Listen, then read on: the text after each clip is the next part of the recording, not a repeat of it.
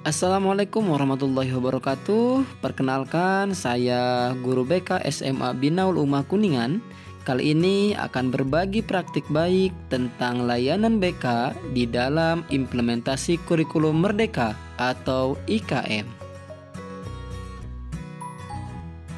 Setelah kami menerapkan implementasi kurikulum Merdeka, yang kami rasakan karakteristik layanan BK di dalam IKM, yang pertama, adanya kejelasan pengakuan profesi guru BK. Yang kedua, adanya asesmen diagnostik non-tes. Dan yang ketiga, adanya peningkatan kemampuan guru BK dalam merumuskan skala sikap. Yang keempat, layanan karir dimulai dari fase E. Dan yang kelima, optimalisasi layanan BK dengan pemanfaatan teknologi. Perubahan bimbingan konseling di dalam IKM menurut pandangan kami tidak terlalu banyak nampaknya. Karena selama kami mengikuti pemantapan materi diklat program sekolah penggerak atau PSP angkatan kedua, kami hanya dibekali 2 poin saja tentang bagaimana PSP terkait dengan kebekaan, yaitu pendalaman tentang alat asesmen untuk tes diagnostik non-kognitif, dan yang kedua, pendalaman desain program BK itu sendiri. Arah layanan bimbingan konseling di dalam IKM, menurut pandangan kami, fokus layanan bimbingan konseling di dalam IKM yaitu memfasilitasi peserta didik dalam menumbuh kembangkan yang pertama, aspek profil pelajar Pancasila. Bagaimana setiap siswa atau peserta didik memiliki profil pelajar Pancasila yang tercantum di dalam 6 dimensi. Yang selanjutnya, terciptanya student well-being atau mencapai kesejahteraan dalam hidupnya. Bagaimana siswa didampingi mendapatkan kesejahteraan hidup. Yang selanjutnya, memiliki atau menumbuh kembangkan pendidikan karakter sebagaimana 11 aspek yang tercantum di dalam SKKPD atau Standar Kompetensi Kemandirian Peserta Didik.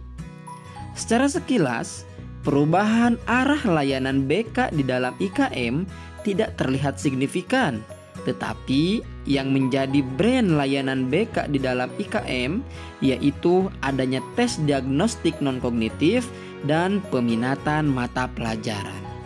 Hanya itu saja yang kami rasakan terkait bagaimana arah dari layanan bimbingan konseling pada IKM itu sendiri.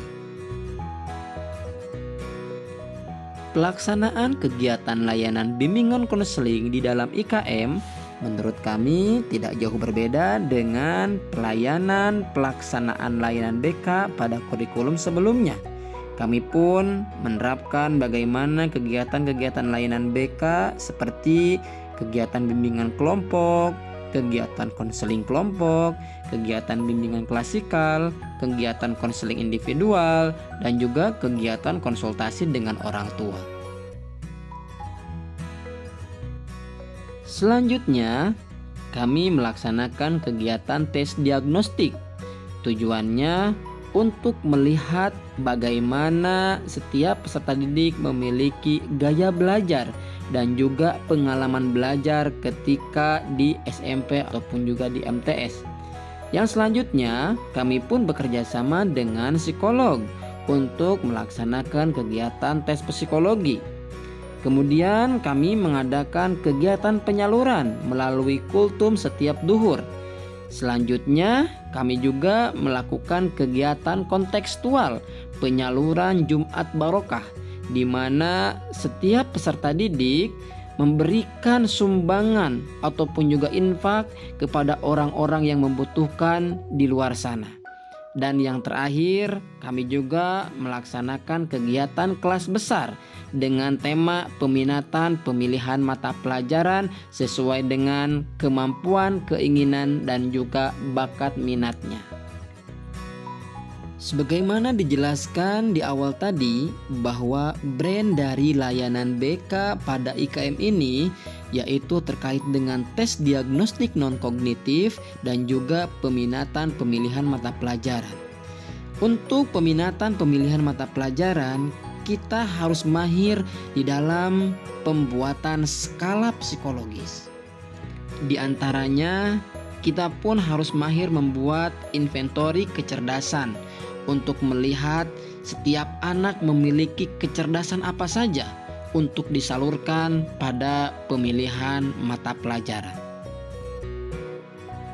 Kita juga perlu berlatih menyusun atau membuat skala inventori kepribadian.